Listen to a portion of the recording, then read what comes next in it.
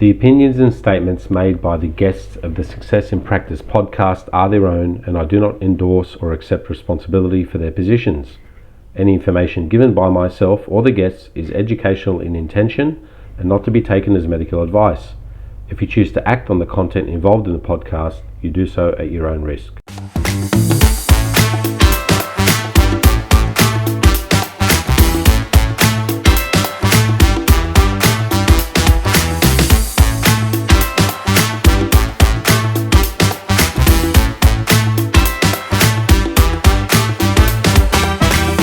Okay, everyone, welcome back to the Success in Practice podcast. Today I'm joined by Fiona Peat. After graduating from the University of Western Sydney's Osteopathy program in 2003, Fiona has been working in private practice on Sydney's northern beaches ever since. With a keen interest in snow skiing, she worked with Disabled Winter Sport Australia, helping guide athletes with a disability learning to ski. She was selected to look after the Australian Paralympic Ski Team, travelling with them onto the World Cup circuit to the 2006 Paralympics in Torino, Italy, where she was the medical officer and team Osteopath. Fiona continues to be involved with Snow Australia as a national classifier for athletes with disabilities looking to compete internationally. Having worked with people from all backgrounds and presentations, she also has a keen interest in women's and children's health, having completed further study in areas of pelvic pain and dysfunction and pediatrics. Fiona is trained in several modalities and incorporates those into her treatments. Some of those include direct and indirect techniques, and also low-level laser therapy and Bowen therapy. She's lucky enough to have two grown teenage boys, giving her an excellent understanding of the demands of parenting. They keep her on her toes as she continues to try and keep up with them on the slopes, mountain bike trails and beaches. Fiona, thank you for joining me today. I'm very grateful that you're here, and I'd missed you a lot because we haven't talked in a while, but I'm so happy that you're here. Hello, Sammy. It's been a long time. I know. Now, one thing I do have to mention before I ask you the first question, I have to mention to the listeners. So Fiona was one of the people at university that I studied with. We were in the same cohort, and she was one of probably two people that I really looked up to academically. And so I have to thank Fiona here publicly, because she sometimes, in those times where I kind of was just hanging on by a thread at university, looking up to Fiona and what she was doing, really helped me kind of go up another level. And so I just want to thank you for that. That got me through some tough times. And you're one of the people that I really looked up to academically, and then also just practically as well. Whilst we're in that class doing practical learning, I really looked up to you, Fiona. So thank you for being that person. Thank you, Sammy. I don't think I ever realised that, so that's quite flattering. Yeah, no, it's definitely, and I wasn't the only one. We all used to, when we talk, me and Troy and a couple other people, we always mentioned how you were one of the top people there, and we really looked up to you. So, thank you. Yeah, that's it's great, and this is why I'm enjoying talking to you tonight. And I've been waiting for this. I think I kind of fanboyed when you said yes, I'll come on the podcast. I was like, yeah. I was a bit hesitant. Yeah, well, it's the hesitant ones that I want on here because, I want real practicing osteopaths too. I want to get your perspective on things. So, without any further kind of interruptions, I'll get to the first question. Give us a bit of backstory about you, Fiona. Tell us about you growing up and what shaped you, and what was your life like into, childhood, high school years, early education, what made you get into osteopathy, all that kind of stuff. Tell us about your background. I was born on the northern beaches of Sydney and lived here until I was about 10, and then we moved to England. Both my parents were English, and they saw a business opportunity and they wanted to go back to England, and we went there for a year. They also wanted us not to be so insular and just be on the northern beaches. And if anyone spent time here, you'll understand why, because it's a pretty bloody beautiful place and you don't want to leave, which is not great in some other ways. Anyway, so we lived in England for about a year, and they lost everything and we had nothing left. And so at like 10 and a half or 11 or something, we came back to Australia and had to go and live in Camden because we had like southwest Sydney, and lived on a friend's property for 3 months in caravans. And Mum and Dad started again, and they had a background in real estate, so they started doing that again, and we started going to school out there. So it was a bit of a weird, a little bit tumultuous. How old were you when that happened, Fiona, when you came back to 11. Australia? 11? Yeah, about 11 or 10 and a half. Yeah, so maybe we left when I was in year 5, and so we went to England and then spent a year there, a bit, unsettling. Do you remember the differences, I guess, in your parents between those years of them maybe being a bit more comfortable versus them really having to dig deep and... Oh, they were very stressed, extremely stressed. And we literally, and I think about it now that I've got kids. I've got 2 boys who are 13 and 15. And there were 3 of us, my sisters, so we would have been, 10, 14 and 16, and they had to come back to Australia with the tail between their legs and with nothing, and live on someone's property in country. It was very country then. It wasn't suburbia. It's not cheap now, Camden. No, it's not. It was, yeah. So anyway, so we went and lived there, and then I went to school. So I finished primary school there, and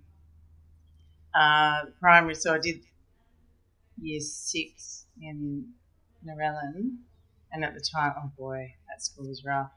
And then I went to high school in Elderslie, which was, I found my tribe and had some, and still have some really good friends from then. But it was definitely it was an interesting, eye-opening experience in some ways. It was pretty rough. Do you see silver lining around that experience now? Like, even with your parents and so forth, do they see silver lining around it? My mum's since passed away. She passed away 15 years ago. And but at the time, I just remember a lot of stress. They had a lot of stress. So I went to school. I just naturally kind of rose to wanting to be more academic. I have one sister who's more creative, and then the other one who's a floater and kind of succeeds in whatever she does. Don't you hate those? Jeez. Yeah, I know. But I was the only one that went to uni. I always wanted to go to uni, and I didn't know what I wanted to do, but I just saw that in my path. So anyway, so I ended up going to uni from school. Went well in high school. Went to uni. Didn't do osteo. What did you do? Because when I met you, you weren't straight out of high school. No, so I went and did 4 years at New South Wales Uni, and it could have been a Bachelor of Science in drinking, doing all-nighters and partying, but it was actually a science in textile management. Okay. So I did a lot of textiles at school, and I really enjoyed the science side of it, like the manufacturing science. So I had these grand ideas that I was going to get into trade, like wool trade or cotton or something like that. And I had, some family connections who were all, from the country and, from different backgrounds. So that's what I wanted to do. So I thought, I'll get into the textile industry. So I did 4 years at New South Wales Uni. 2 of them I lived on campus at uni, which was just the best thing I ever did in my life. It was so much fun and made amazing friends. And did that degree. While I was doing the degree, the government was phasing out all the tariffs and quotas for any textile products in Australia. So it meant that kind of killed the textile industry from the perspective of homegrown manufacturing. And then I left. That was the era of free trade. Free trade was kind of coming out then around that time. I remember. Yeah, it was. It was like this 7-year phase out that they were doing. So It was like kind of by the time I graduated, the whole landscape had changed a lot anyway. And yeah, there were still wool producers and cotton and everything. But the only company who was doing fibre to fabric back then, that I don't think we have it anymore, as in anyone doing that other than boutique, was Pacific Dunlop for bonds and all of those guys. And then eventually that changed. All moved overseas. Yeah, it's a shame. It's a shame. I know it's a small subsect of your life, but it kind of brings a interesting point. Everything just shifted overseas. It did. Anyway, and so then I desperately wanted to travel. So I worked for a year in just a job that I got that wasn't textiles. Saved up to travel. Then I travelled for a year, and when I got back, got a job. So I just did the normal around the world for a year thing. A lot of Australians do.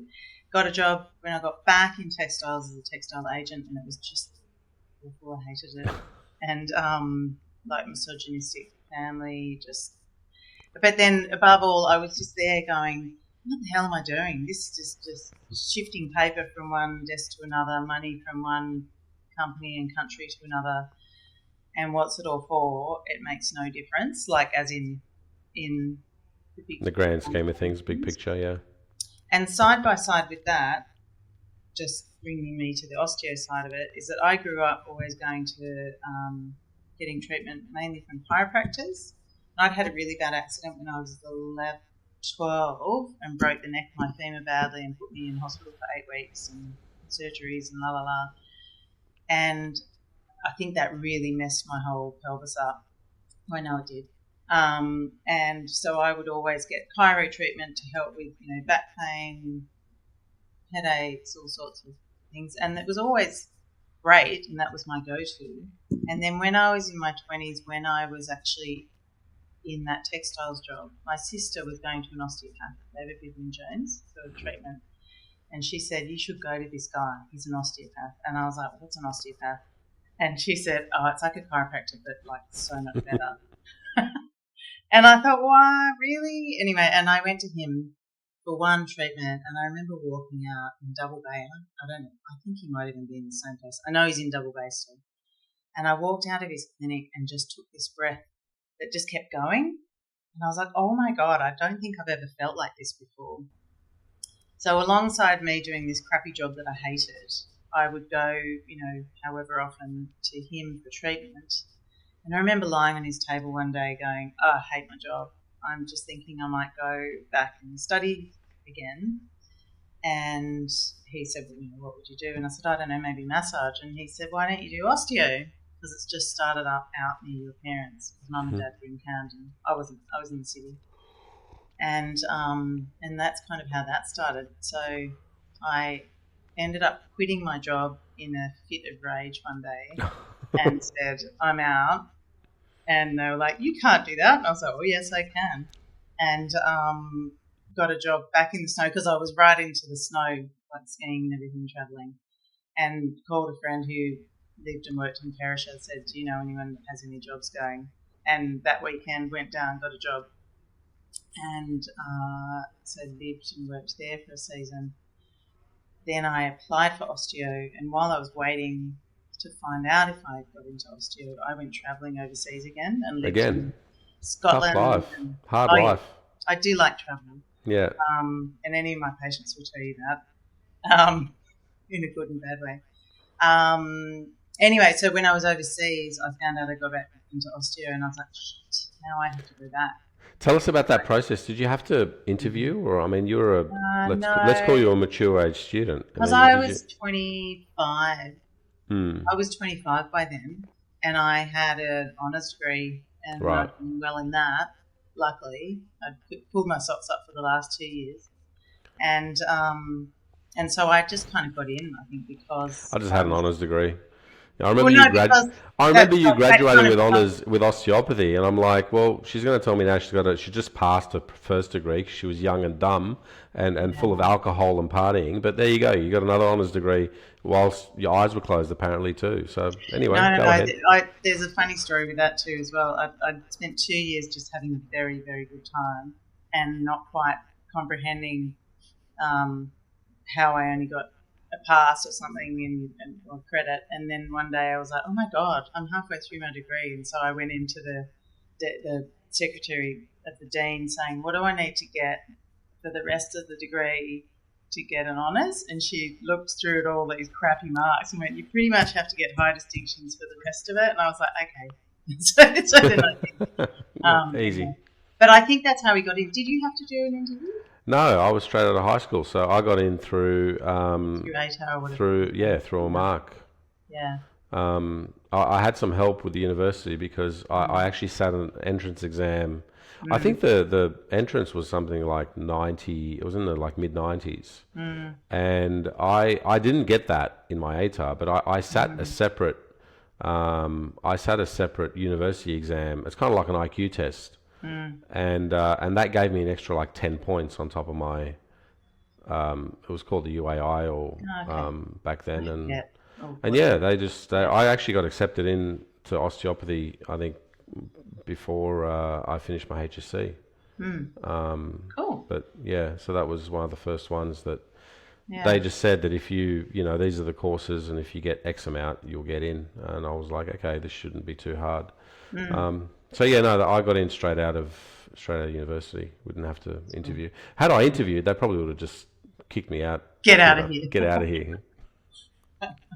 Yeah. So anyway, so that's how I came to osteo, and so I had a long-term boyfriend that I was with, who I was overseas with, living overseas with, and I had to leave him in Scotland and go, I really want to do this course, and I came back. So that was a bit weird and tumultuous, and so it took. How long did it take you to mend that broken heart?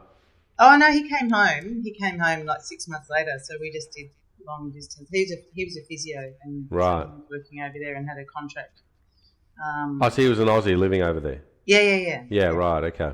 Yeah, so we'd gone over there together, and then I went, I got to go home. Yeah, right.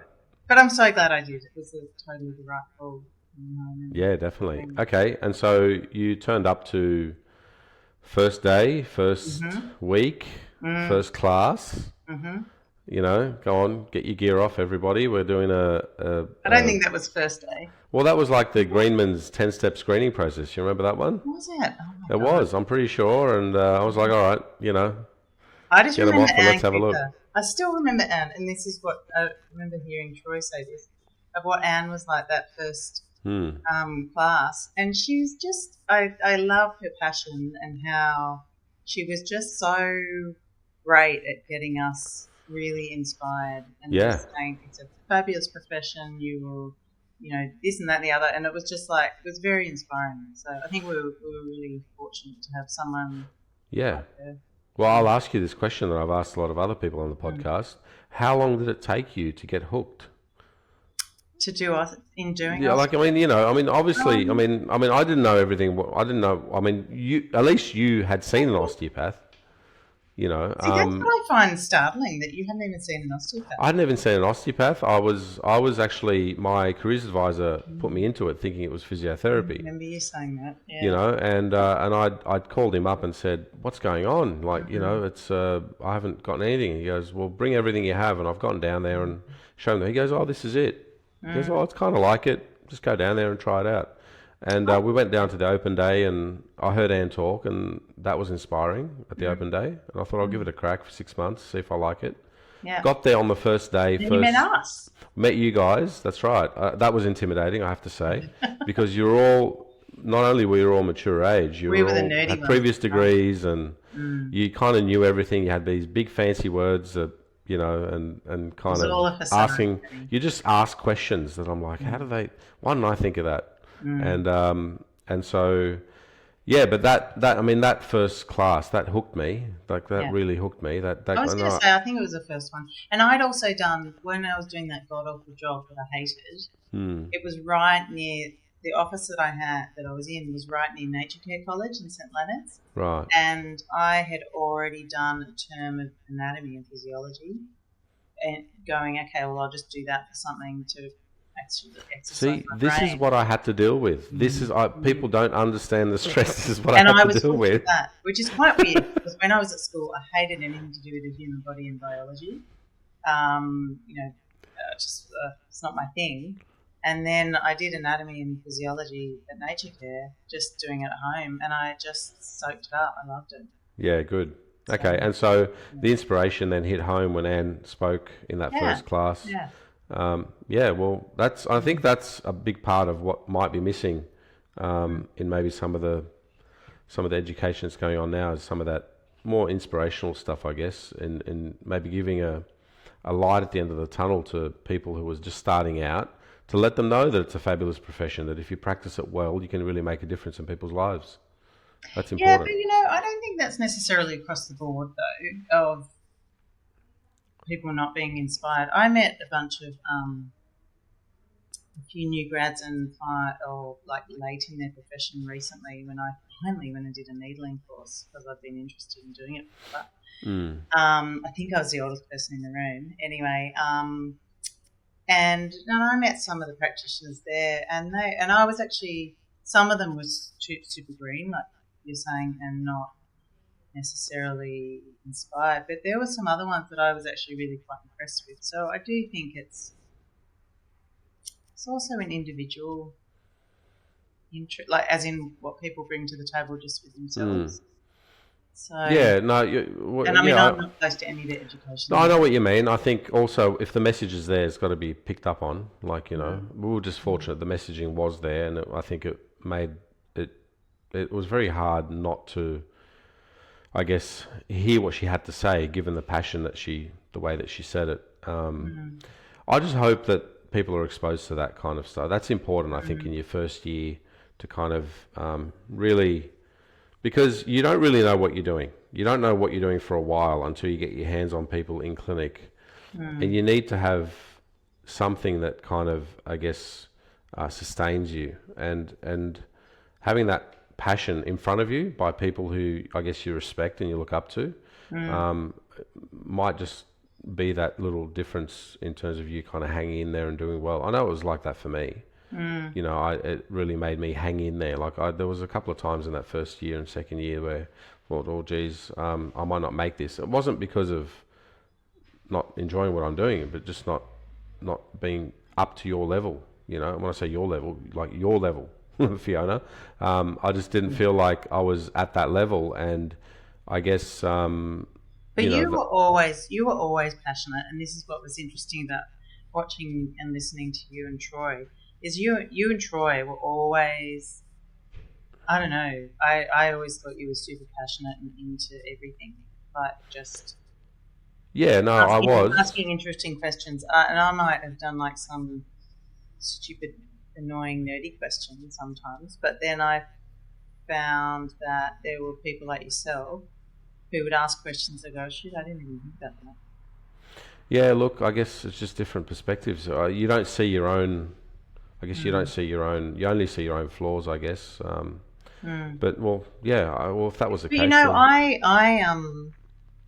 think at the end of the third year, so after we'd done the undergrad, I decided I wasn't coming back because I was a bit burnt out. right. And I remember Rob Bolak saying, "Oh, you'll be back, Katie." And I was like, "No." And I went and got a job in the city over the Christmas holidays. I got fake nails, and I was like, "I'm not going back. I'm done. I'm tired." And anyway, and then of course, like the week uni was starting back, I was like, "Oh shit, right, I'll come back." Yeah. So it's Why not would all you not go back? celebrating. I mean, I burnt out. I get it, but I'd broken up with my boyfriend. I was really tired. I was sick of studying. I found it really hard and stressful at times, like the load, just the normal uni stuff. yeah, right. Yeah. So it But I wasn't mean, like you this would have been left whole. with a degree that you Mm, really couldn't do much with, though. exactly, totally. Yeah. But my Right. point is that I'm so glad I came back because it was totally what I believe I should do. It's what 21 years now, Yeah. and it's been an awesome profession. It is an awesome profession, and I love it. And I've made some decisions along the way, like even graduating and where I went to work and everything Mm. was totally the right thing to do. Well, tell us about that then. So you graduated. Where was your Um, first? What happened there? What? I was actually talking to Rudy Gerhardt, Mm-hmm. and he had rooms in Crow's Nest, I think it was, or room in Crow's Nest. And I really love and still do love Rudy. I just find him Yeah, such he's a a, good guy, Rudy. We did an episode a couple of weeks back. yeah, I'm going to watch it. He's just really authentic. I love his background of expertise. He's just amazing. I really liked him as a teacher as well. Anyway, and so I was talking to him working there, and I was also talking to Jeff Morrison, Mm. and Rudy knew Jeff, and I was leaning toward Rudy, going to Rudy's, and it was him that said, "I actually think you should work with Jeff because you're not going to work with me. Like it was only one room, so when I was working, he wasn't there, and vice versa. Right. And he just said, I think when you graduate, you should be in a clinic with other people, and That's and good so I advice. did. And it was I didn't think I'd stay there as long as I did, but I ended up staying there for 17 years. Yeah.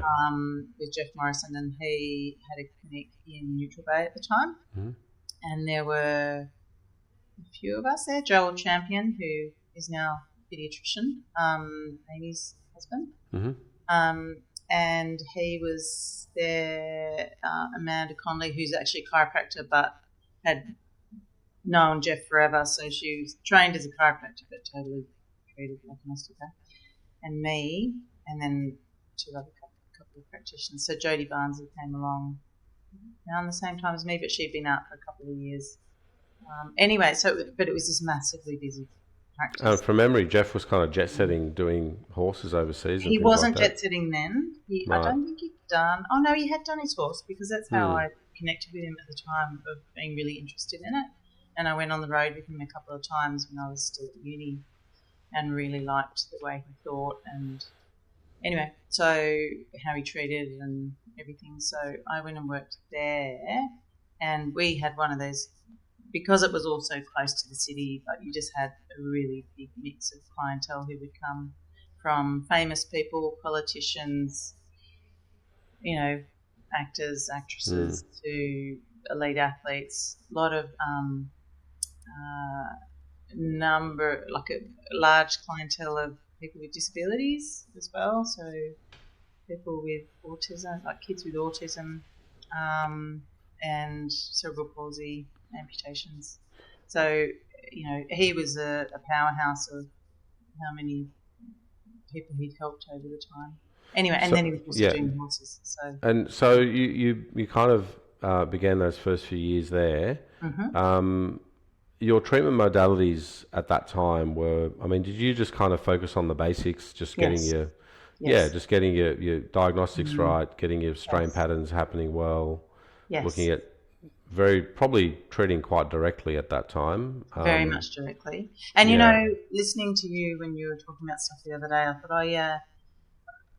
Like, I graduated and I actually felt quite confident. I didn't go into clinic and have to go out to the bathroom and be sick like I've heard some other people say over the years when they first graduate. I didn't feel like that. I was probably overly confident without being cocky, but like I didn't know what I didn't know.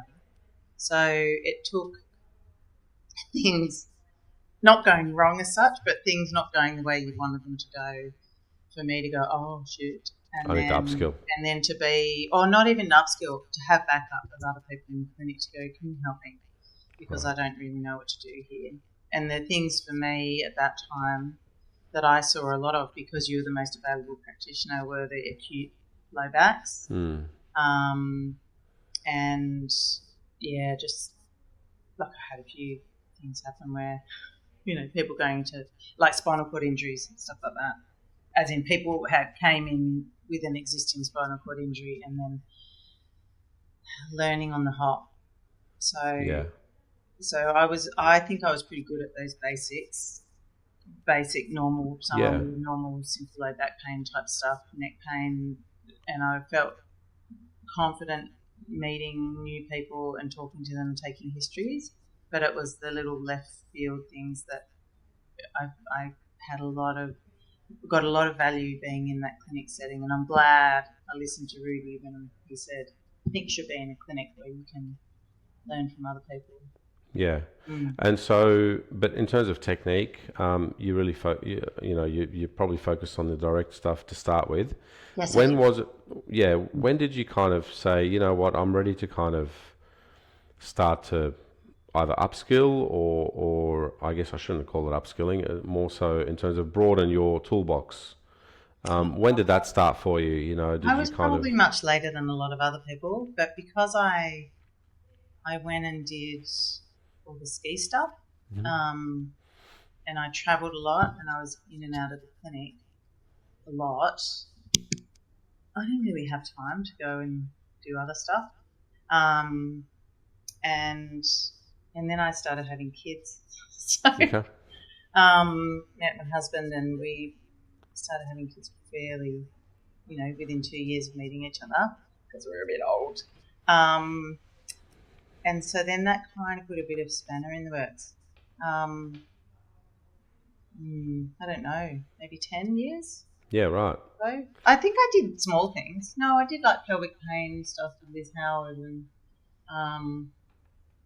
yeah. But Yeah, okay. I remember David Vivian Jones saying he's still practicing, by the way. I think he's been practicing for about 50 years or so. Him saying to me when I first graduated, and I said, I think I'm going to go and do some cranial. And he said his advice was to do the direct stuff for 10 years before you go and do cranial. And I know many people who are excellent in that field, and I think quite gifted, who have done it much sooner than that. But I'm glad I didn't do that. I'm glad I didn't go and do it early on, because for me, in my heady space, I don't think I would have been very good. Well, I think it's talking to Anne on the podcast, Anne Cooper, she practices quite directly still, and she's been practicing for many, many years. And so I don't want to mention this as being kind of like some kind of advanced technique in terms of the indirect stuff, but it does require a certain, I guess, database of palpatory understanding. And it might not take you 10 years, but at least you should get to a point where, you can find a barrier. You can find a direct barrier, a joint barrier, where you can palpate, I guess, a soft tissue barrier, and have a bit of experience in that, because, when you go and do a lot of the courses, that's what you're looking at. You're looking at, I guess, indirect barriers. You're looking at, you're chasing tissues, and you just need that refinement of touch, and getting your basics down pat early on really helps with that. That's just been my experience. And every really good indirect practitioner that I've met, they might have done it quicker than other people, but they've got a really good understanding of their palpatory, I guess, barrier recognition. And that, David obviously has been doing it for a long time, and that was his advice. So I would second that. I think that's great advice. But the caveat to that is, everyone's an individual, as in there are some pretty special people you just go, how the hell did you get that skill so well? And whether it's that or something. Yeah, there are. There is talent. There are talented people. There would be just naturally gifted, talented people. But I guess that's not the bell curve, right? That's going to be the exceptions to the rule. Hello, everyone. I'd like to take a quick moment to thank everyone for watching and listening to the podcast. If you have received value from this episode, the kindest thing you can do for me is to like, share, follow, and subscribe to the channel on whichever platform that you are listening on.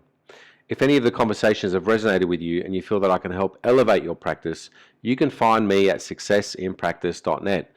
That is, the Success in Practice program can be found at successinpractice.net. The Success in Practice program is the signature program that takes a practitioner who may be struggling with retaining patients. They may not be certain about building effective treatment strategies, and they may feel somewhat anxious and doubtful about what they are going to do with a patient. And they are not really accelerating in the real world of private practice. It takes this practitioner and it turns their careers right around to the point where the patients have an effective diagnosis and a real treatment plan that they can take home. Patients are happy to book in multiple sessions with you, and they are confident about your abilities. And more importantly, you now have direction and are confident about your own abilities. The program streamlines how you operate as a practitioner. Guys, you should have been taught this at university, but you weren't. You may have been practicing for the last few years thinking there has to be a better way. There has to be a more effective way of engaging with patients and getting them results. Well, there is. And this is what the program delivers. Go to successinpractice.net and check out the options available to you. See where I can help you easily grow your patient list and finally earn the rewarding income that you deserve. For all the information on how you can reach me personally, check out the show notes. Also in the show notes, you'll find a link to the chat transcripts from these podcasts. These are valuable and a wealth of information.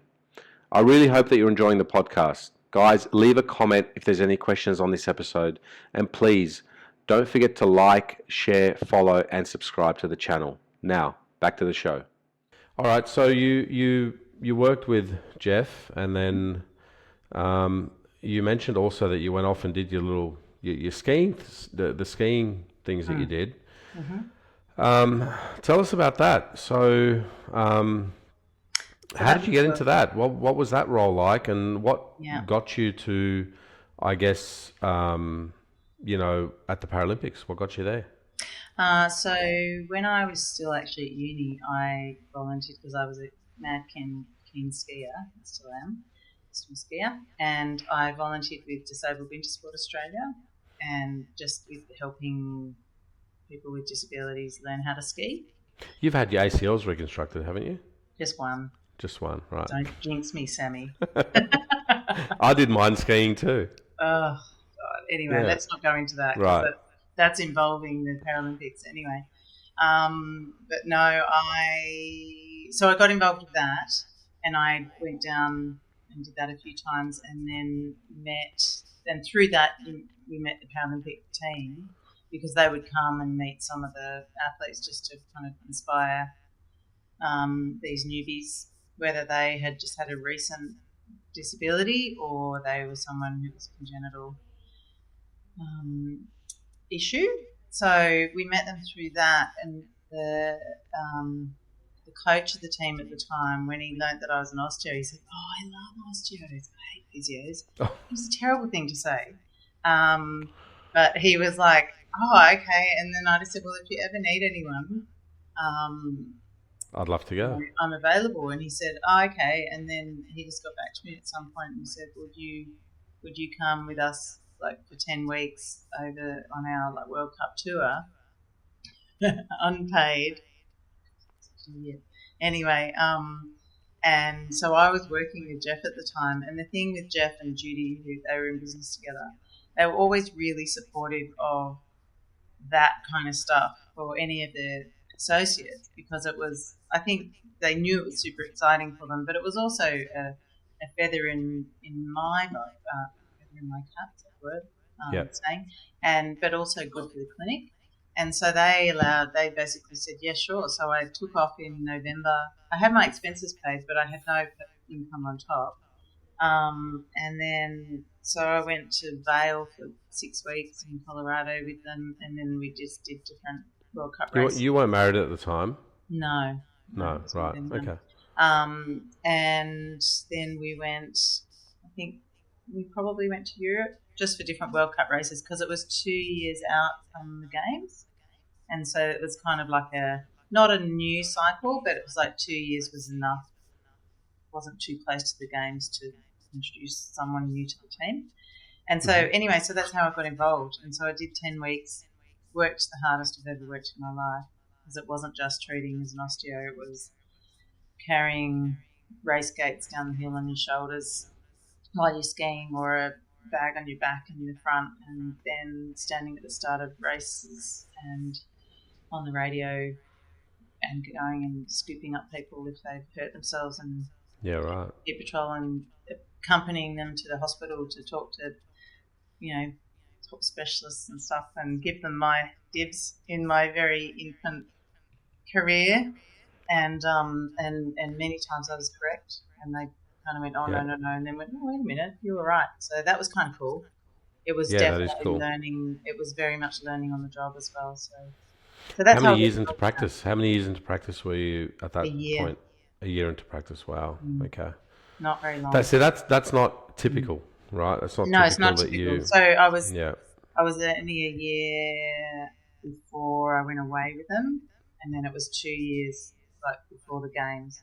And so then I'd come back and work in the clinic again, and then they'd have their winter here, or other camps and stuff. And then coming up to Torino was 4 months stint of travelling, between the States and then Europe, leading up to the games. Did they start paying you at that point? Yes. Good. Yes, I did insist on that. I'd like to do this, but I can't do it for nothing. Yeah. It wasn't very much, but it was enough to have a little bit. You need something. Yeah, exactly. Yeah. And so then we went through to the games, which was super, super exciting. I wasn't allowed to call myself an osteopath going into the athletes, Oh, really? really, Why not? because it was either a physical therapist or a medical officer. Right. So I was a medical officer. So, So it seems like a very American thing. Physical mm, therapy is usually in America, and yes. So I was like, well, I'm not a physical therapist. I yeah. mean, yes, in their eyes, I am. So yeah, I was a medical officer through to Torino. So yeah, Well, yeah, as long and as you then, get to help people, I mean, it doesn't matter what they call you, really. exactly. And it was all Yeah. about being with your team. But it was an eye opener in that scenario of it was pretty cool. It was hard. It was exhausting in some ways, thankless, but you just were living and breathing it. So Yeah. Right. it was, And so yeah. the Paralympics kind of continues on, and ski teams, continue on. When did you decide that, I'm not doing this anymore? I can't travel with, I can't do this. Like, when did that kind of stop That for you? was kind of decided for me Right. because at the Paralympics, so it's funny that you bring up the ACL. At the start of the downhill race, there was this slick, shiny ice going down to the start. So we literally spent 2 years and then this 4 months of being on the road. We were all literally exhausted but ready. And I slid out on the way to the start of the race and I busted my ACL. So it was very, it still hurts me a little to Yeah. talk about it. Not badly, but just it Yeah. was a very, for me, it wasn't my fault, but it was a lot of shame because then I got carted down the hill and everything had to be shifted for the Australian team very, very quickly. And Alison Daniel, who's a beautiful dear friend of mine, she was studying osteo at the time, not finished, but she had a background in ski racing, and she was one of the ski coaches, ski techs, Mm. assistant coaches. So all of a sudden, she had to be brought up to the top, and la la la. So anyway, I was busted, and then after the games, I still treated wearing brace in between Who reconstructed your knee? David Wood. Yes. Okay. Right. So then I came home. Anyway, after the games, I came home, had my reconstruction done, and then the whole team just was different anyway, and it was the start of a whole new cycle. So I got involved in classification for what was the APC and IPC at the time, but now it's gone to Snow Australia. And so that was ages ago now. That was like 2006, 2007. And then I've kind of been involved in that more on the sidelines now, but I'm still involved in that with classifying athletes who are wanting to, potentially go into that International World Cup stage. Yeah. Right. Okay. That's a long-winded answer, sorry. No, that's okay. That's right. That's what we're after. But so you came back, and well, you kept coming and going. But when did clinical practice life really kind of settle for you in terms of just After that. after that, right? So and tell us about that. Like, what did a week in the life of Fiona look like at that time in terms of treatment? In terms of how many patients were you seeing? How many days were you working? I didn't treat nearly as much as you do, Tammy. That's not. I know. I'm just saying. I'm just putting it out there. When I first graduated, though, when I was with Jeff Morrison in those early days, he also had hand injury. So all of a sudden, a few months into my career, I was getting all these patients of his. He's been practicing for 25 years, and all of a sudden, I had to treat all his patients. Yeah. So I would be doing up to 16 patients a day, which my brain would fry at the moment if I was doing that. I could do it, I know, but I couldn't do it ongoing. And I was working 5 days a week then. And then after all the ski stuff, like I probably was working 5 days, 12 to 15 patients a day. Yep. So there's your probably 60 to 70 patients a week. Yeah, about that. Yeah. And then Did you feel burnout at all at that time? Like, were you? I mean, think about at that point now. I know maybe thinking about it now, you might probably, but was burnout ever a thing? Not burnout. I didn't have burnout, but I was exhausted, and I think that's also part definitely my personality, also how I treat, in that I talk to everyone in depth about stuff, what's going on in their life, because I think it's important to address that as well as the nuts and bolts of, anatomy and physiology. So I think that was part of that. Like, I was a bit exhausted. I also wasn't very good at looking after myself, with sleep and food and all sorts. Angie was always at me for that. Anyway, at uni. So I was pretty exhausted. Then for a while I trialled doing just 3 days a week, really long days, like Packing them in. starting at 7:30 and going through until 7:30 or 8 at night. And then I found that it took me about 2 days to recover. That's hard. Just exhaustion. And then it wasn't much fun doing that. So then I kind of did 4 or 5 days again, maybe. I don't know. But then I also had kids, and I met Jeff, my husband, different Jeff, not Jeff Morrison. And anyway, I met him, and then we kind of had kids. So I kind of had this funny time, probably because of the time of my life, really, where I haven't had years and years in practice of doing 5 days a week.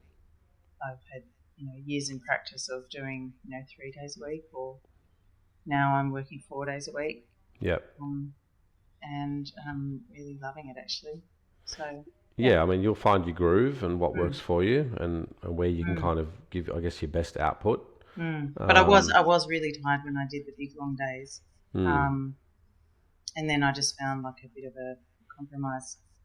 Do you think that I guess when you were doing the say 60, 70 a week over say 5 days, and I asked you the question about burnout, do you find that if you've really gotten a grip around, I guess, osteopathy, around your thought process in your head of what you're going to do with a patient, once the flow of that starts to happen, does that make does that reduce the amount of strain on you, either mentally or physically, in terms of, and also constructing a flow to your treatment.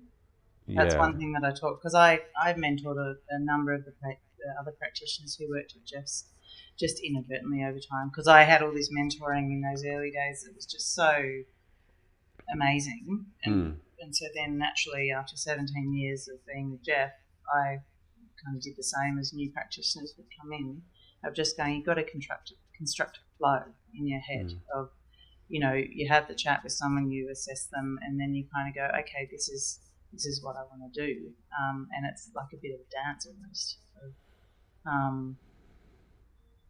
like a choreograph in your head of going, okay, I'm going to do this and this and this, and if I do that, then that'll help with that, and then like you just can construct a treatment. So tell us about the process of that and how that developed for you. I want to reason why I think there's value in people understanding that it doesn't just come naturally. Like it's a process you have to work at. Yeah. How did it come?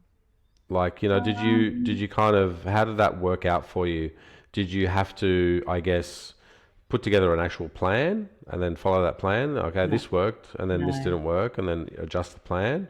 Or was it something that you kind of, was there a reason as to why you did something first versus doing something second or third? Or was there a reasoning why you did this technique versus that technique? Like, can you explain that to us a little bit?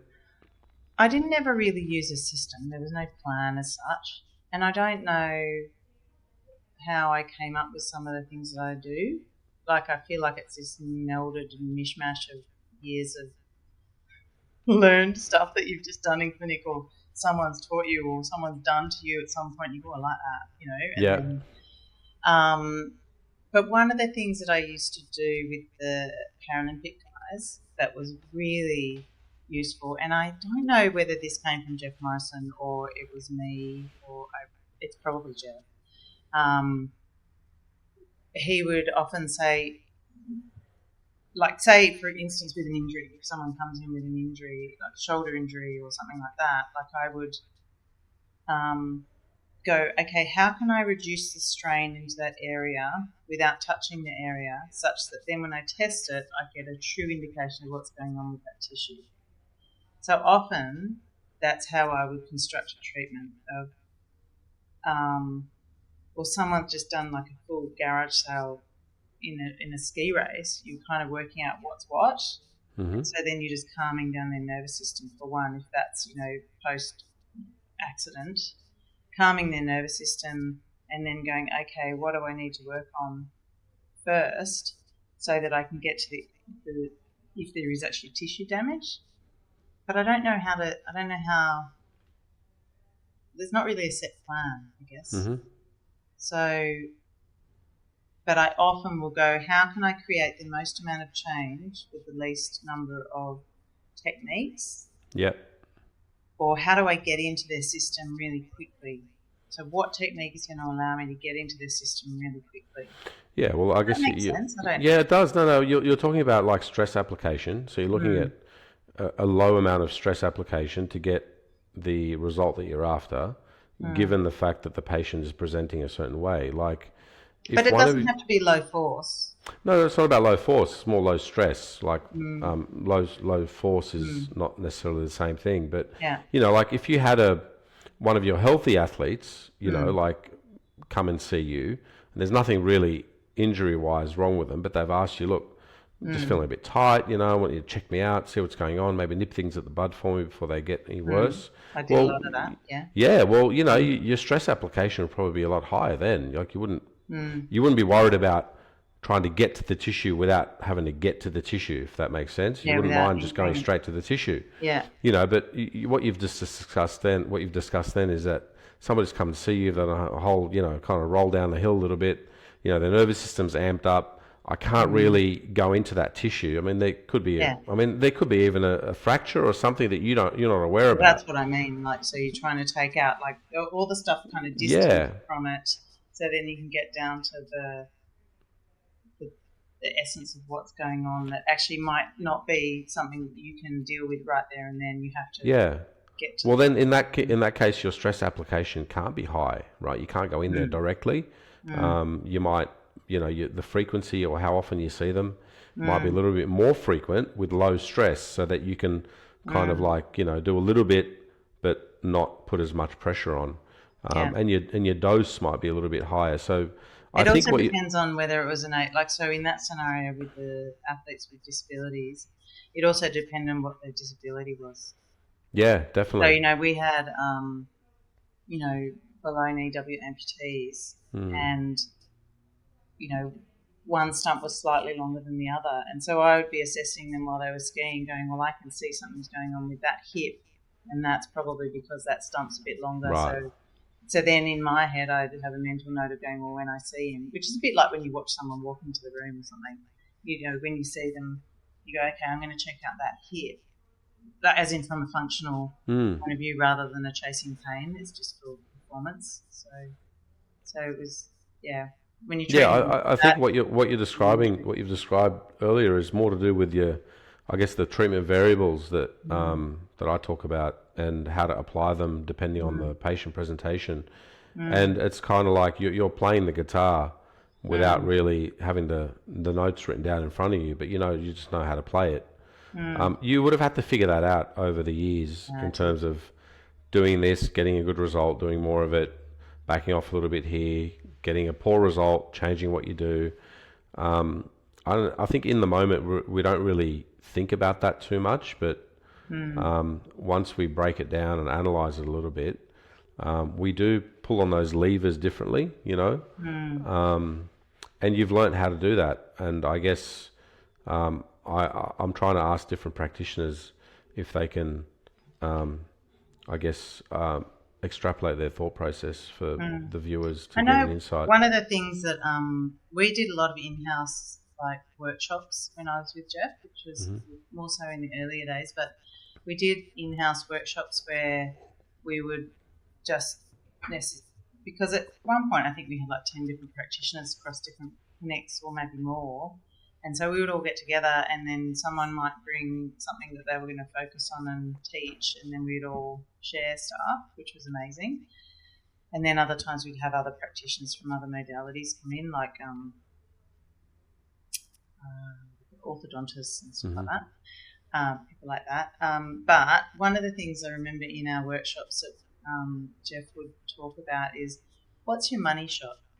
Like, and what do you fall back on those days when you just think, I'm really tired, and you're just bringing yourself into focus, because that happens for all of us. You're not going to be, your peak every single moment, even though you want to be, but just life is life. Well, what's your money shot, and what's your core thing of going, how do I give this person a really good treatment? An outcome, a really good outcome. Yeah, and an outcome. And also one of the other things that we talked about is, especially early on, you just try and do all these techniques and throw all these things at people. And then as they're walking out of the clinic, we would always joke, it's like you see the techniques falling off them. Like, going, why did you spend all that time doing all those things? You didn't need to do that. And I know that's what you've been getting at with some of your teaching so far, of going, you don't need to do everything. No, you don't. You don't need to do everything, and you don't need, 10 ways to move a rib. Yeah. So, look, that's, what you just said then in terms of having that, what Jeff describes as the money shot, and in terms of having those bad days, and we all have them, the days where, like, it would be really disingenuous for us to kind of sit there as osteopaths and go, I never wake up and not want to go to work ever. That definitely, and especially when you've got kids and you haven't slept all night, but you've still got to show up there, and patients need to still get an outcome. And I guess the advice I would give to younger practitioners who might have work as one of their main priorities in life at the moment, is work towards a certain standard, that you get used to that standard, that even when you're having an off time, you can get to that standard without having to put too much effort in.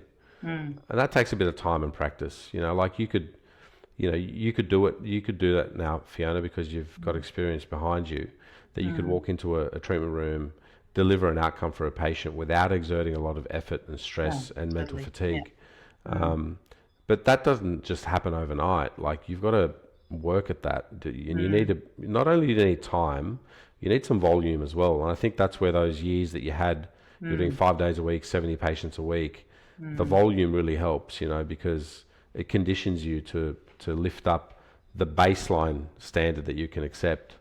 And I got a lot from being in a clinic with other people, in that, especially on those days when you're just like, oh, I'm wrecked, and I just am so tired, I don't really want to be here. Or you're in there listening to someone bang on about, their chopping board not being cleaned properly by the people who are staying in their house. True story. And you've got some really big stuff going on in your own world, or you've just treated someone else who's got some really full-on things, and all you're thinking is,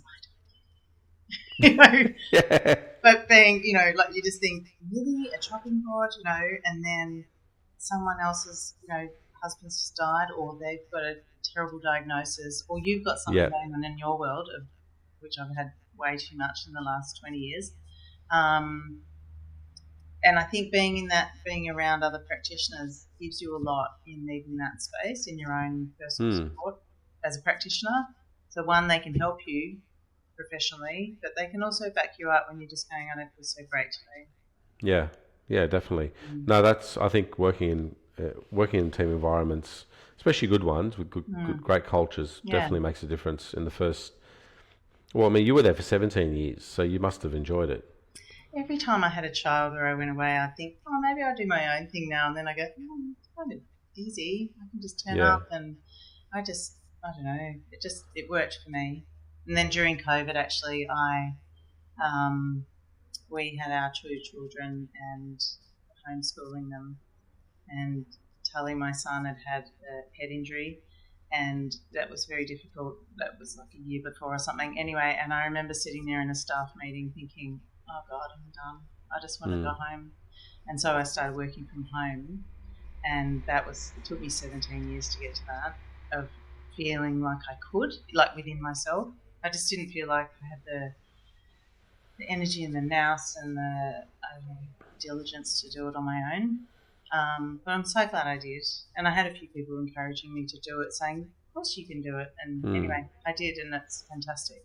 Well, I guess little old me at home at the moment with a commute distance of about 10 metres. Oh, that makes a huge difference. The stress levels of not having to sit in traffic to go to work makes a big difference to your day. It's a great segue into my next question, because that's what I want to talk to you about. 17 years in a team environment to then going out and kind of doing it on your own. Yeah. What was the catalyst for that? And then also, let's start there. What was the catalyst for that? And I'll ask some more questions about that after that question. Well, the catalyst was what I said when it was during COVID and we were still working, and the stress, I found the stress of that, like, not debilitating at all. Like, I was still going, but I just hated the whole having to coordinate the clinic and couldn't use all the rooms for the whole social distancing and everything. But I was always, wanting to be supportive of the clinic and everything, and patients, of course. And it was bloody busy too, right? Yeah, we were busy. Like here in Sydney, it was so busy. We were just having big things, like people who were having accidents and having massive surgeries, and they still needed help, but they couldn't see. There were so many places that they couldn't go to. Anyway, and so I was doing that, but at the same time I was also juggling my husband's business. He had retail stores, and we sat there in that first however long. Oh, right. That would have been tough. The TV on the whole time going, we had done for, because he was in shopping centres with massive rents and leases going for 5 years. So we just thought we were bankrupt and having to sell everything. So it was an incredibly stressful time for us. And I used to do all of his bookwork. We had about 45 staff, and I would work in the clinic a couple of days a week, and then I would do all his bookwork and payroll. It was very stressful. And then we had to homeschool our kids. And we get phone calls from the teachers checking in. I'm like, you know what? They did a bit of maths today. They read a book, and now they're by the lake fishing. It sounds like the whole stress of... Sounds great. The whole stress of COVID with your husband sounds like your parents 30 years before that. It was a bit. But anyway, luckily we didn't go bankrupt. Anyway, he's since had to close all the shops because it was just terrible. And so we're in a big shift stage now. But back to then, we were homeschooling them, and I remember Tully virtually upside down on a chair going, I don't know what's going on. And I'm like, oh, this is just all too much. And so I just did the bold jump to treat from home, and it was just the best thing I did. Yeah. And I don't go, I should have done it so much sooner. Maybe I should have, but I also got a lot out of being there for so long. And it felt like the right time to leave as well. So how long did it take you? I mean, you don't just open up from home and have, 40 people come to see you straight away that first week. It wasn't too bad, because I had started treating some friends and, friends of friends through the gym and stuff from home anyway. Right. And I was open with Jeff and Judy. I said that I was already doing some work from home, but I didn't want to redirect anyone from the clinic, so I just thought that whole... I don't want to do that. No, that's... And so then when I left, I only really told people that I was leaving in the last couple of weeks, because there were a few changes going on in the clinic and they didn't really want to say anything yet. So it was a bit of a weird exit for me. And I don't know, I just kind of went, it's just going to work out. It's just going to work out. And it did. And I didn't even have a website until this year, and that was 4 years ago. Looks good. And I finally had a few people saying, come on, you've got to get an online booking system. So I did that a year and a half ago, and I just give people the link. I didn't even have a website. And then I finally did a website this year, and it's just risen. And, every now and then I have times when it's a bit more quiet. But then I don't know, maybe I'm a bit too hippie or something. I just go, please, universe, tell me, which is so not, like a business thing. But it just somehow works out. But I also think when you're genuine, you're authentic, you're thorough, and you genuinely want to help people, it just works. Yeah, it's not. It's not like. I mean, we're listening to you, and we some people might think it's just divine providence or some kind of universe It's thing. not It's quite not. that, but No, yeah. it's not. It's not. Fiona does. Maybe it is. Well, you do. No, you do. Maybe it is, right? Um, but you keep doing the basics right. I'll talk to Troy about that. You keep doing the basics right. You're authentic. You're thorough. You're genuine. You build trust with people by being that way. They have trust in you. They get better. Whether it's the work that you do, but it's also people wanting to get better with you because you're authentic, and then they'll go and they'll tell their network of other people, and that's how it grows organically.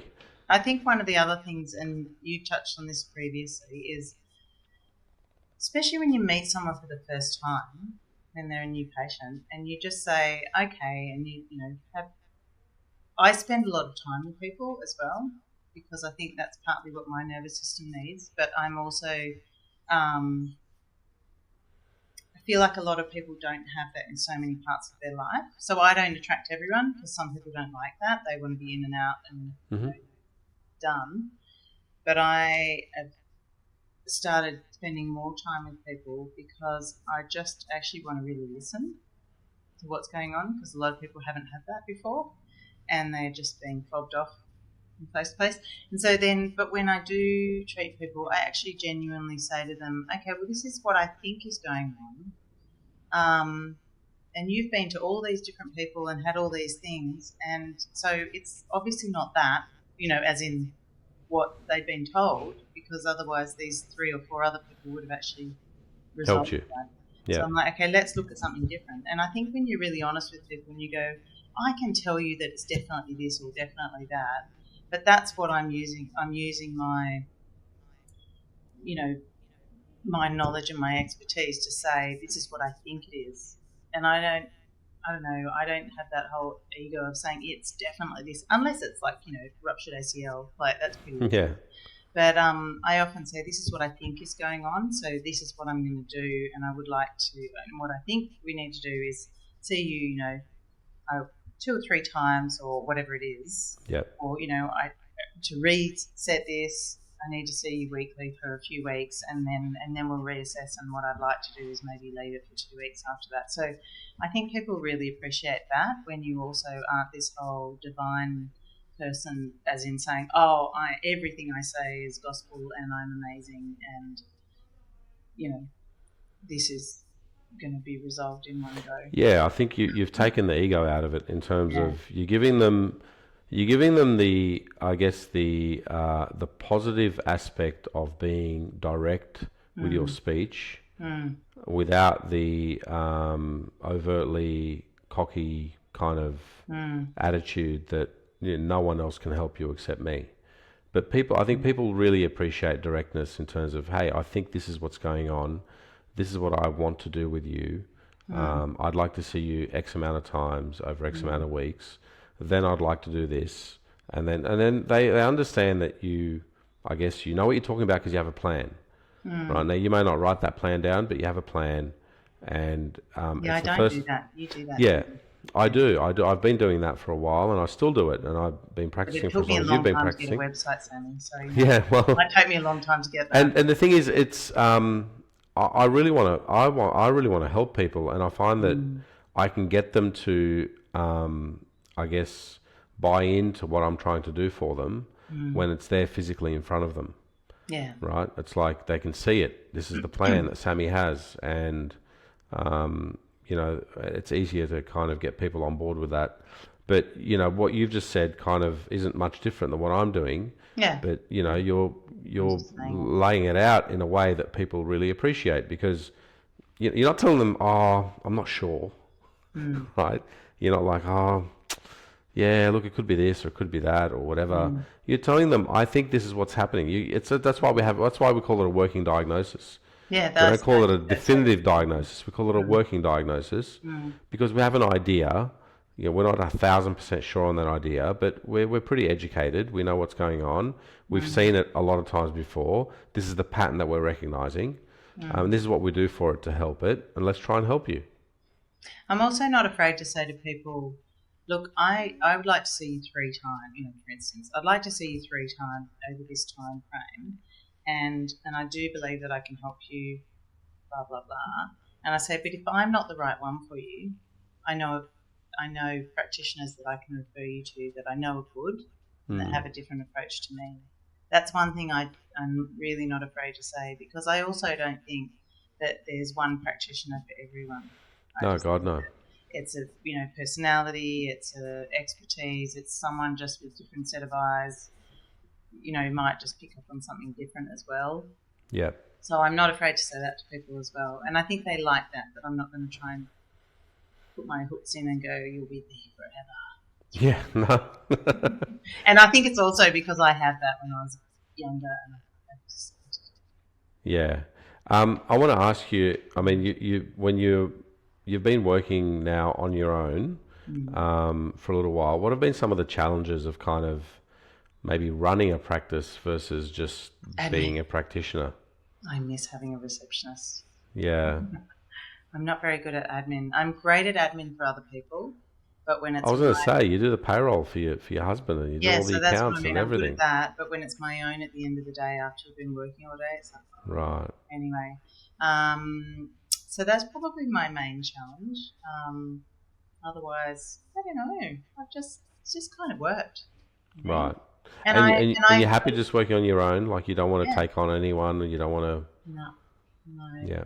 I'm really happy working on my own. And I wondered when I left, would I really miss having practitioners around me? And what I realised, particularly toward the end of me being in the clinic, like you're always working, as in you're always in a room with the patient, and so you didn't end at that time. I didn't actually have much time in a staff room with other practitioners anyway. And I got to that point where I felt like I was helping a lot of other people, which was totally fine, and I was totally fine with that. But I didn't feel like I was coming out needing support from other people really anymore. Yeah. So in clinic, most of the people I work with, I really like, most of them. And so I don't know, I feel like I get the personal interaction with people because I know people's lives very well. Yeah. I've treated some of the families I have that I look after. I've treated the great-grandmother who's now passed, and then the grandmother, and then the son, the mother and with his wife, and now their kids. And so, I just know it's really a privileged position to be in, where people trust you, and because you know people so implicitly, I don't know, there's a comfort in that when you treat. So this particular family I'm talking about, I picked up that their son had a brain bleed, which was interesting because it was only a year after my own son had a brain bleed. Yeah. But it had been missed by the emergency, by the ED, and that kind of stuff of just being in this privileged position. So I guess what I'm trying to get at is I don't really miss being in clinic with other practitioners because the interactions and the personal stuff I kind of get through my treatments with people. Yeah, I was going to say, it sounds like that you've... And I somehow managed to meld it together with... It's like I have these two brains going at once, this personal brain that's blah, blah, blah, and listening and asking and going, how was the soccer match the other day? And then this other brain's going, oh, what's going on there? Okay, that, cranial nerve assessment wasn't quite right. I don't know. I think you just get that over time. You will get that over time, but you've, like I said, I think you came to, not the end, but maybe, you got to the point in the clinic with other practitioners where you were helping them out. And now most of your education is coming from your own patients. Yeah. Which is great. That is a privileged place to be. And I must be at a point in my career where I'm like, some of the noise is settled. And also a point in my personal life where I've had a lot of traumas over the last 15 years in particular, 17 years, whereby that's another reason why I didn't end up working, probably as hard as I did early on, because I just couldn't cope because there was too much going on. Too much personal stuff with my parents and family background stuff of, fathers having strokes and mothers dying and all sorts.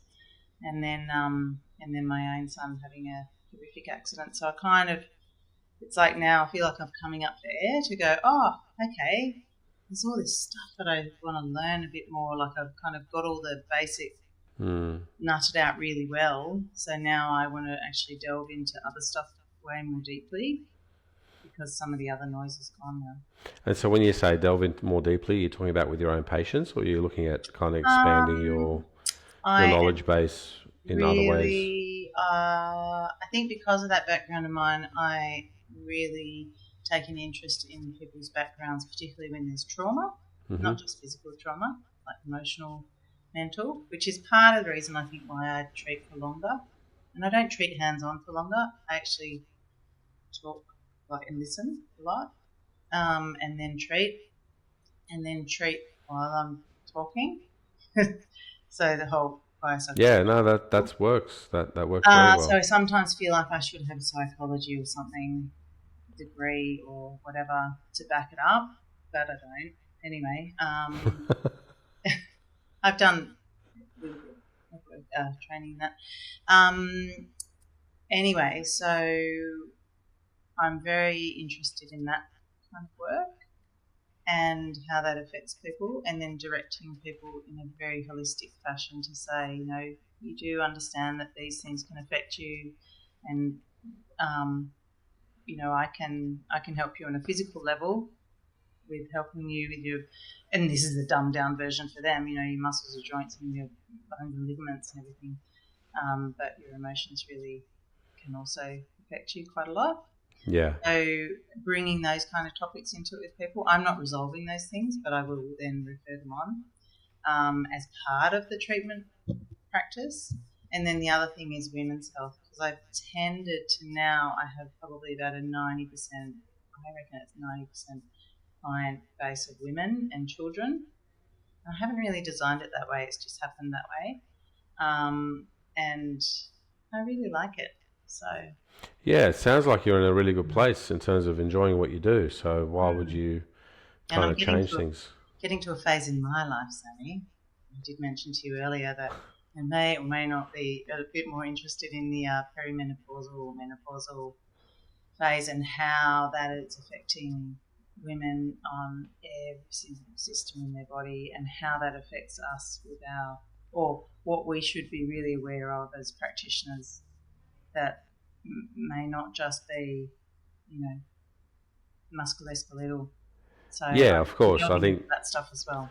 I mean, our training. I mean, looking back at our training, it was very musculoskeletal, right? Like it was very. It still is, not just with osteopaths. Everyone.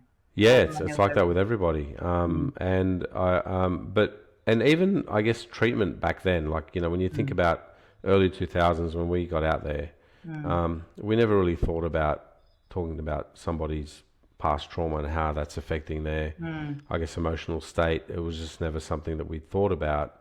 It's much more out in the open now in terms of being something that's very relevant.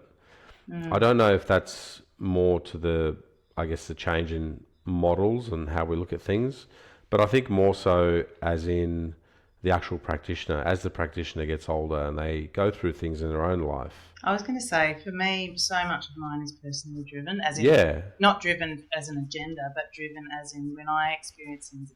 I've always been like it. Like if I experience something, then it's like in me. So then I'm like, oh, okay, all right, now I understand. And so that's a big one for me, of understanding how that's affected me over time with different things. So yeah, no, I mean, I think about a patient that I was seeing about a month ago who, had some, a lot of stress happening at his house, at his home, within his own family and his extended family. And he just had an acute relapse of his lower back.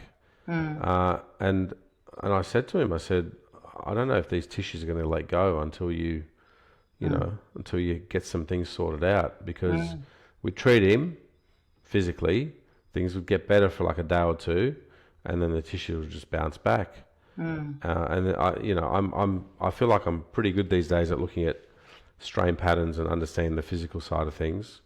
And I've had a look at him and I've thought, I've nailed this pretty well. And I really think it's the emotional side that's really affecting him at the moment. I had a chat to him about it. I said, this is what's going on, and I think until you get that sorted out, and lo and behold, and when things had settled down for him, his tissues just let go, you know.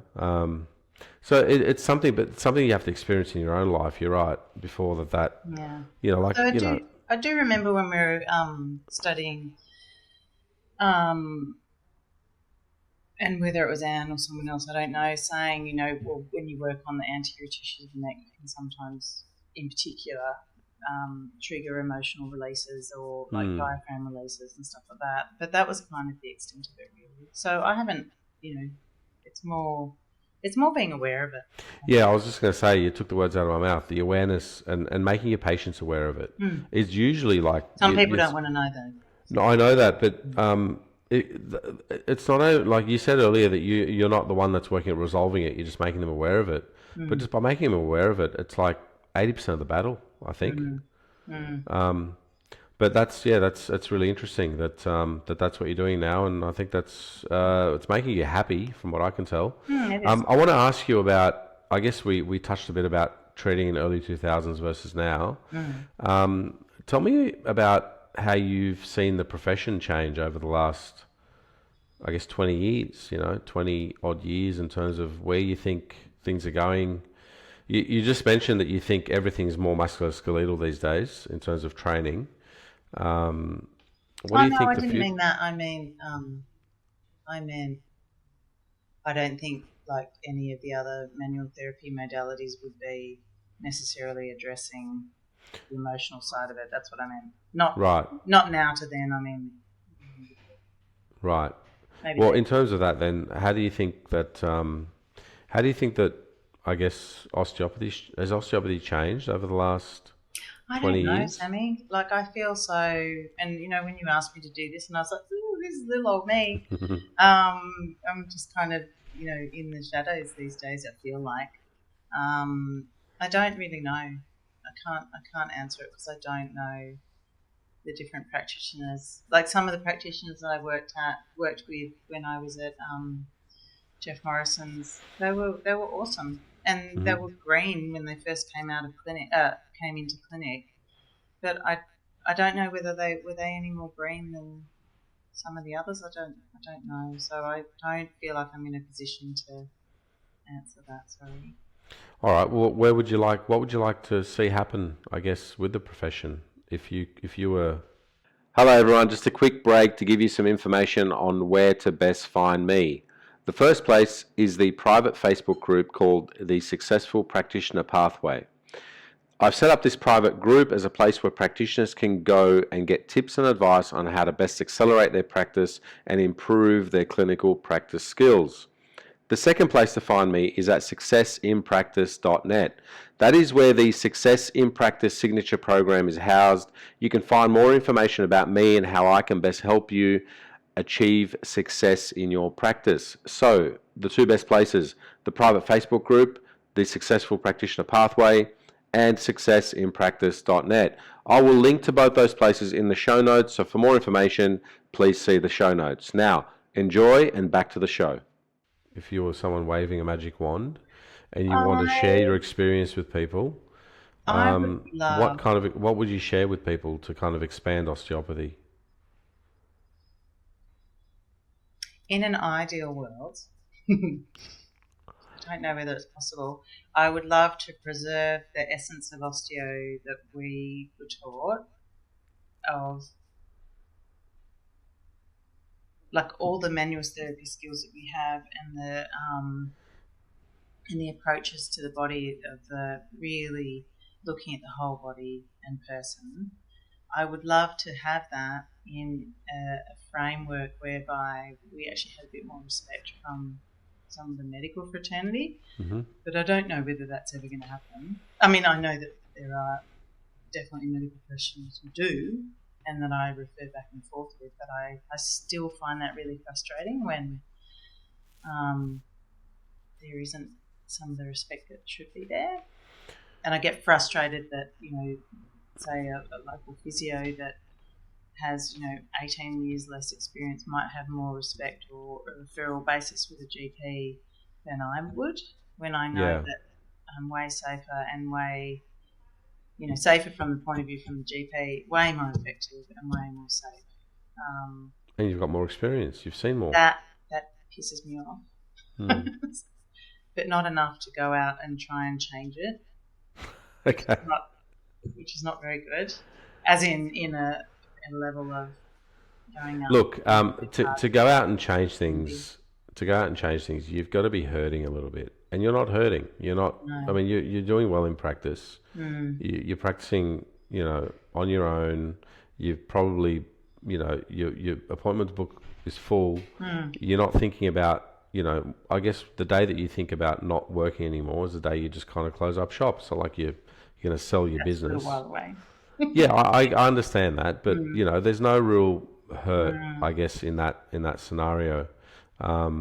You've done very well from osteopathy, and I guess you want to see that preserved. I get that. You mentioned earlier. Go ahead. Part of that, one of the things that I have done to try and change it from my perspective, at least, because I'm like, well, I can change it in my realm of how medical practitioners might speak or understand what I do, is that I actually don't write to GPs anymore. I call them, and most of the time they take my call, and I speak to them so that they can actually hear that I am a professional, intelligent, articulate person who knows what they're talking about, and I've actually had a much better response with that. But in years gone by, I wouldn't have done that. I wouldn't know what to say. But now I just say, which is probably not necessarily the right thing to do, as in not writing a letter. But I just felt like they were never really being read and they were never being responded to anyway. So I just called them. Yeah, well, I guess you just got to put yourself in their shoes. If someone sent you a letter, you'd read it and probably put it aside. But if someone picked up the phone and called you, you'd and you happen to be impressed with that phone call, that would. Well, I had a GP call me once. And said, that's good. And I was like, ooh. About a particular. If you had a receptionist, you could have just left them holding for a couple of seconds. That would have been fun. I was like, she was very busy. She's with multiple patients. About to go into surgery. Anyway. Right. I want to ask you. You mentioned earlier that you'd like to see, I guess, the preservation of osteopathy in the way that you were taught. So I'm going to ask you this question: do you think osteopathy is you mentioned manual techniques and things like that? Do you think osteopathy is an idea rather than an actual, a process or a thing that can be? I mean, is it what's in your head that you'd like to see preserved?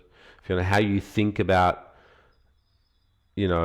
treatment, diagnostics, how you go and make that treatment flow, how you put it all together. I guess, the principles of osteopathy, the holism, the structure versus function, then you look at the body's ability to regulate and heal, and you're taking that into account. And once you melt those things into a way that you can understand the body, pick out, I guess, patterns of dysfunction, do what Jeff said and see how you can, affect the tissue without having to go, I guess, near the tissue. All those things, they're all ideas in your head before they become manifest onto the patient. Is that what you mean by preserving osteopathy in terms of how you want it preserved? I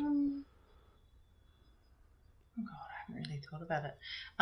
Yeah, probably. I think it's the principles. Like for me, when I look at someone, and when you have that patient where you go, because it just doesn't fit the pattern that you normally see, and you're just thinking. Yeah, there's no test, there's no tissue that's being aggravated. There's not a particular, there's no pathology as such. You just and then you're really expanding out what it could be. And then you do classic Anne comment of treat what you find, which, I know we should be having an approach anyway, but sometimes you just treat what you find. In those scenarios, all of my treatments, I'm always thinking about the anatomy.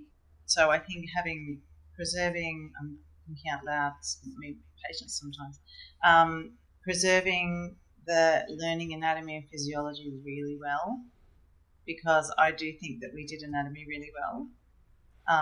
We did physiology fairly well, but I think anatomy it was not like beaten into us in a way.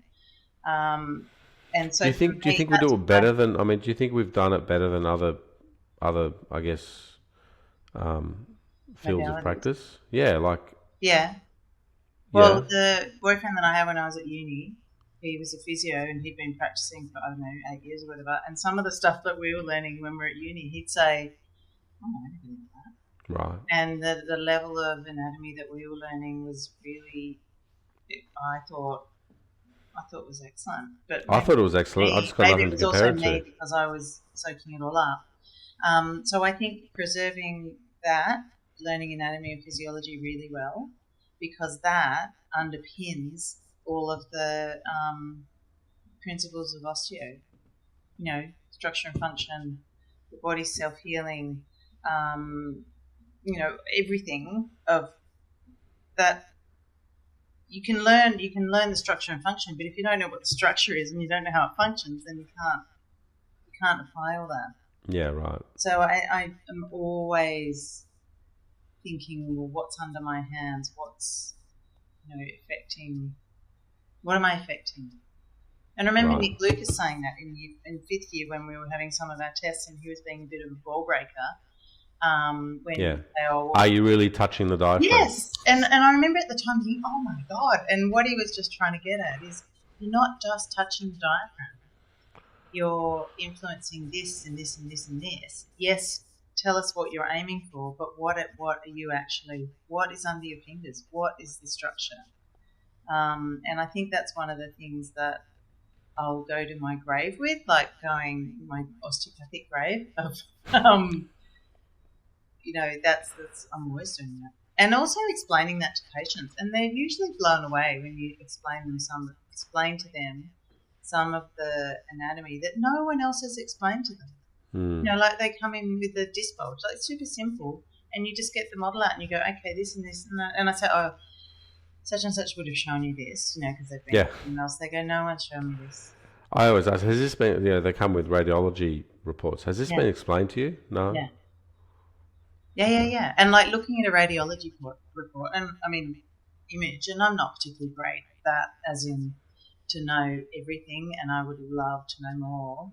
That's on my hit list. I've got a friend who's a radiologist, pediatric radiologist, and I said, could I just spend a couple of hours with you one day and ask you some questions? And he's like, sure. So I'm going to do that. Anyway, but just sitting down with like the images and saying to people, okay, this is this, and I'm like, so you would have been shown this before with the GP or with the specialist, and they go, oh no. The person who ordered the image. Yeah. Yeah.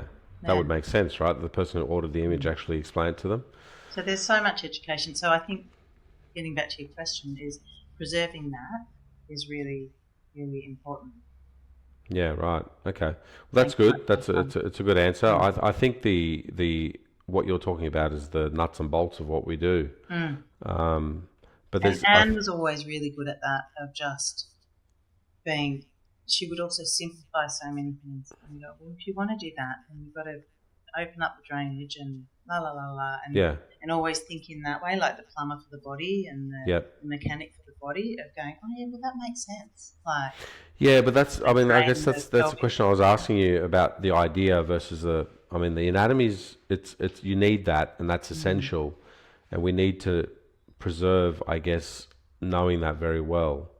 But I think those ideas, I mean, where Anne gets that from, in terms of, like you can't, you're not going to have healing happen if you've got a twisted pipe that's not allowing blood to get to the area that needs to repair. And that's an idea, I guess. That's not, it's an idea about anatomy, but it's a thought process, it's like you either think that way or you don't think that way. And as osteopaths, I think we think in a special way because we've got those principles that kind of back us up.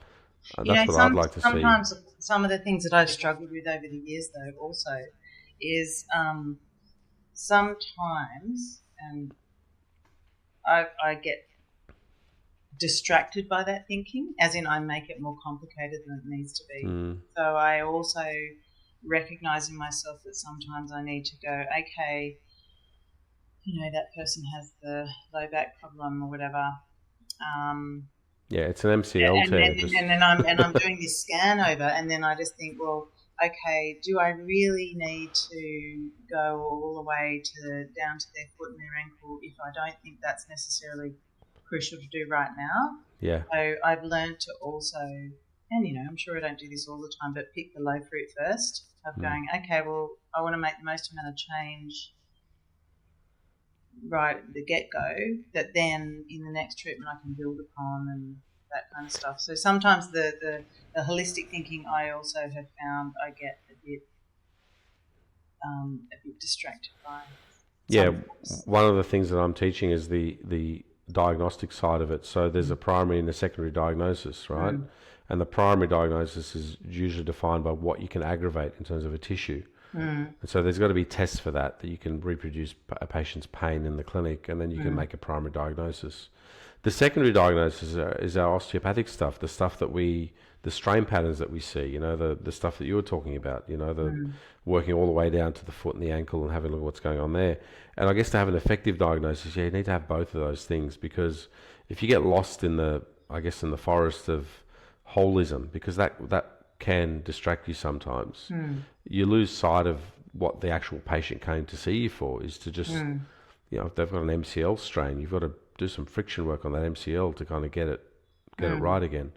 And so, you look at the varus straining through the knee, you look at the, what the arch is doing at the foot, you can look at what's happening at the hip and the rotation there, but you got to apply some stress to that MCL, So I guess, having that primary and secondary diagnosis there really keeps you focused on making sure you do what you got to do.